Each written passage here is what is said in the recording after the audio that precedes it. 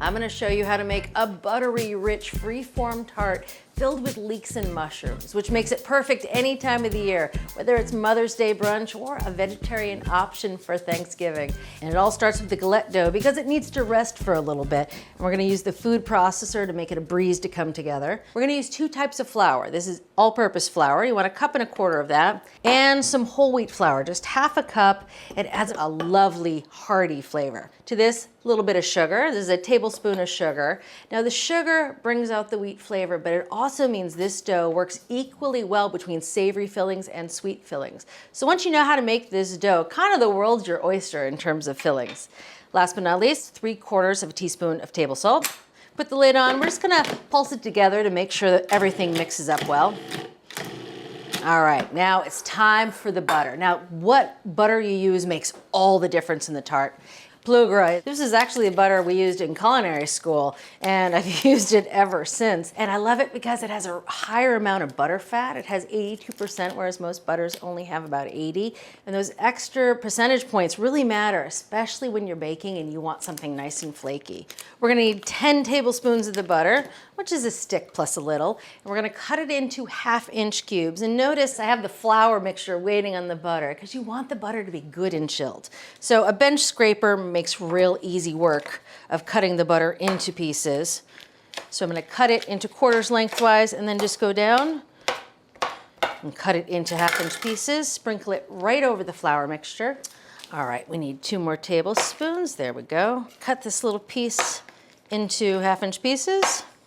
Into the food processor it goes. Now we're gonna pulse the butter in to the flour mixture, about 10 pulses. You want some bigger chunks in there. They should vary in size between a pea and a grape nut.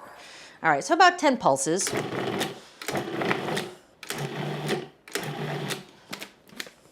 Oh, this looks perfect. Now we're gonna dump this into a nice big work bowl. There we go. Now I'm gonna pick the mixture up so you can see the pieces of butter. There's a nice big piece of butter. That's okay. There's a little piece of butter. You can see they're different sizes, and that's what you want to look for because that's going to give you some flaky layers and a rich flavor throughout. So the smaller pieces will melt, the bigger pieces will make the flakes. Now it's time to add the liquids, which you want to do by hand. That way you don't get a tough dough. So first off, a little bit of vinegar. I know, it sounds weird, but you're not gonna taste the vinegar. It's just white vinegar, just a teaspoon. And it's a dough conditioner. It helps keep the dough nice and supple and soft. Now for the ice water. Now this is a cool trick. So this is a fat separator like you'd use for making gravy, but it's great when you're baking to make ice cold water without the chunks of ice. So I'm gonna pour out the amount of ice water I need, which is 7 tablespoons. There we go. Gonna drizzle this right over the flour mixture. Now using a spatula, you just wanna fold the water in and make a real shaggy looking dough. Once the water's pretty much incorporated, I like using the flat side of the spatula and just really pressing the water together, making big flakes of dough. And as you put those flakes on top of one another, you get flakes in the final pastry. All right, now we're just gonna dump this right onto the counter, all the little shaggy bits. And now using a bench scraper, just gonna press it into a dough. Now you don't have to be too precious with the dough at this point because we're gonna roll it out and fold it a few times to help ensure some flaky bits. So you just really want it to stick together. All right, that looks perfect. Now we're gonna wrap it in plastic wrap, and it needs to sit in the fridge at least 45 minutes, but you can do it up to a day ahead because you gotta let that butter chill so it firms up. You also want any gluten to relax and that dough to finish hydrating before you roll it out. All right, wrap it up. This is looking good. Into the fridge to chill for at least 45 minutes.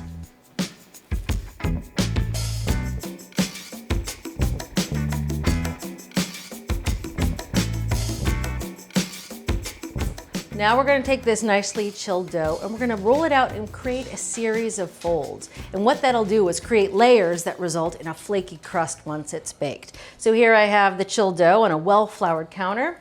Now using a rolling pin, I'm just gonna roll it out into an 11 by 8-inch rectangle. And I do use a ruler to just double check what I'm doing. Yeah, pretty close, be a little longer. Now we're gonna start our series of folds. So we're gonna fold it like a business letter, starting at the top, Fold it down by about 1/3. Fold the bottom up. And I was saying a business letter, so old school. Like how many times do you fold a business letter anymore? All right, I'm gonna pick it up, distribute the flour underneath, and we're gonna do the whole thing again 2 more times. And I always found this interesting because whole wheat flour, it has the bran. The bran's cut up into really small pieces that on a microscopic level are sharp. And the sharpness cuts through some of the gluten. And that's why wheat flour is great in doughs, because it adds flavor, but also helps keep them tender. All right, that's our finished dough, all folded. Now I'm just gonna fold it in half again, make a nice tidy little square. And this goes back into the fridge to chill, let that butter chill out again for at least 45 minutes. But you can do this up to 2 days ahead.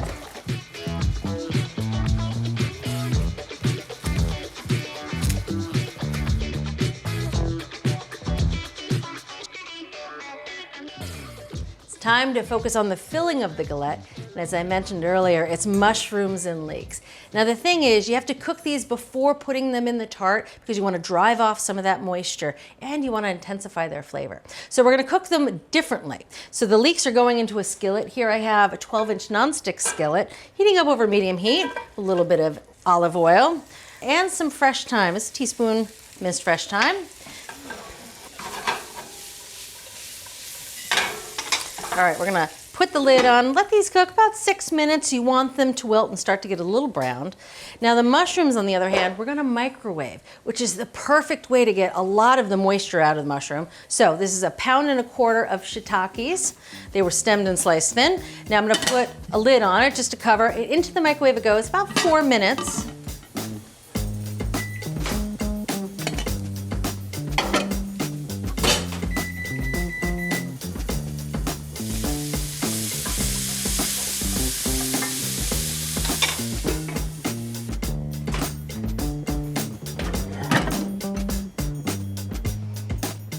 All right, let's take a look at these mushrooms.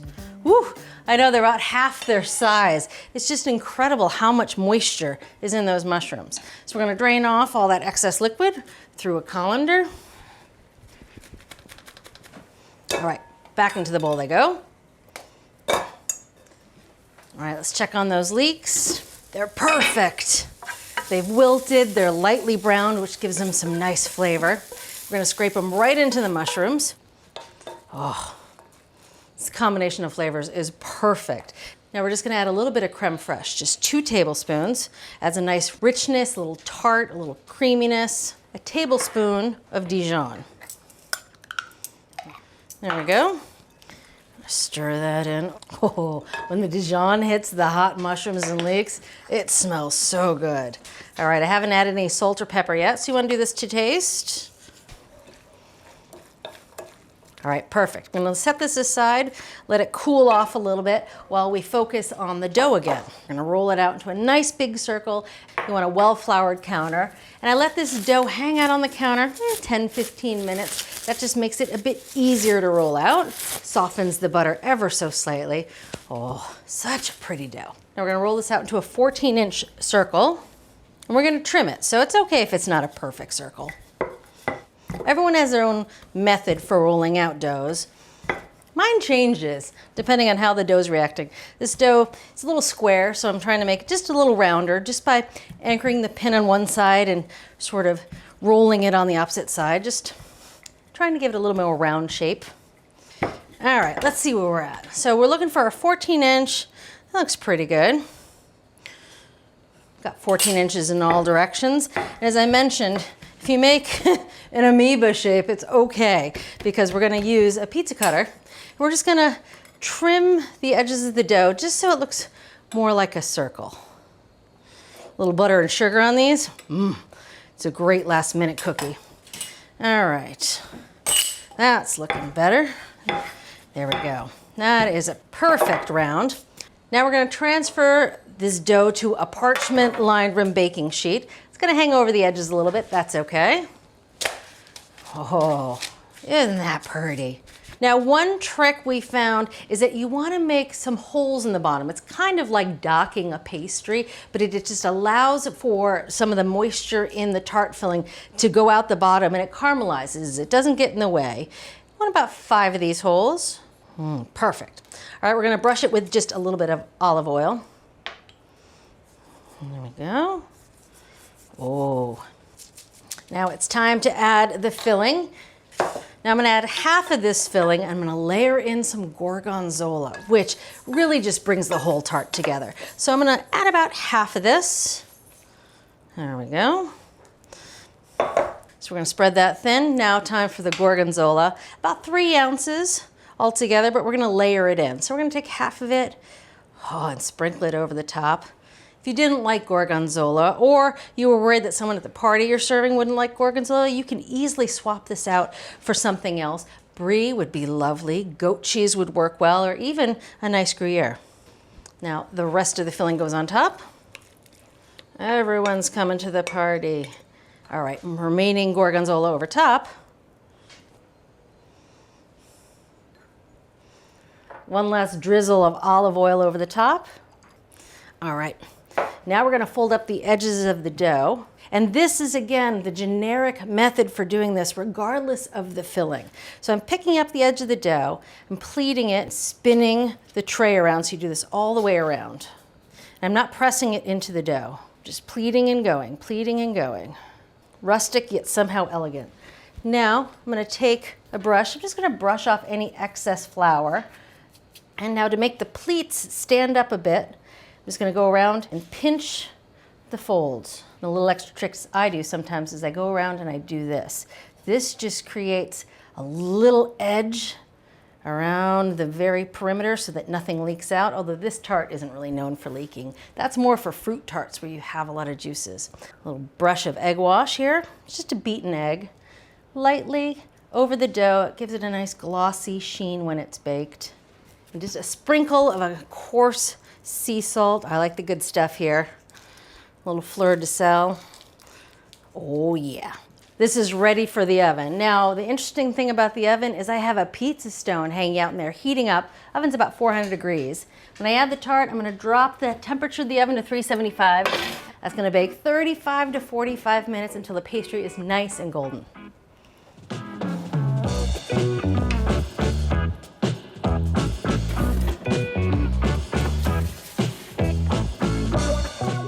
Oh, she's a beauty. So it baked for about 35 minutes and I let it cool for about 10 minutes just to help let that crust set up. Now we're gonna transfer it to a nice platter. This is where the parchment, you can use it like a little sling. Oh yeah. Actually, I think it looks pretty on the parchment, but it makes it harder to serve. So I'm just gonna loosen it from the bottom with a spatula and it slides right off. Sprinkle it with a little bit of fresh herbs. I like parsley, chives would also be good. Even basil would be nice. Oh, serve it with a little simple salad and a crisp white wine. All right, cut a nice big wedge. You can hear how crisp that dough is. Yeah. Oh, look at how crumbly it is. Those are flakes of pastry. That is so hard to get with most recipes. I love serving this with just a little arugula and a nice crisp chablis. I'm going right for the best part, the crust.